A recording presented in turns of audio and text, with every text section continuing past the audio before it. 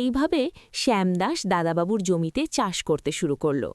শ্যামদাসের স্ত্রীও ওকে মাঝে মাঝে চাষের কাজে সাহায্য করত। শ্যামের মেয়েও স্কুলে ভালোভাবে পড়াশোনা করতে লাগল।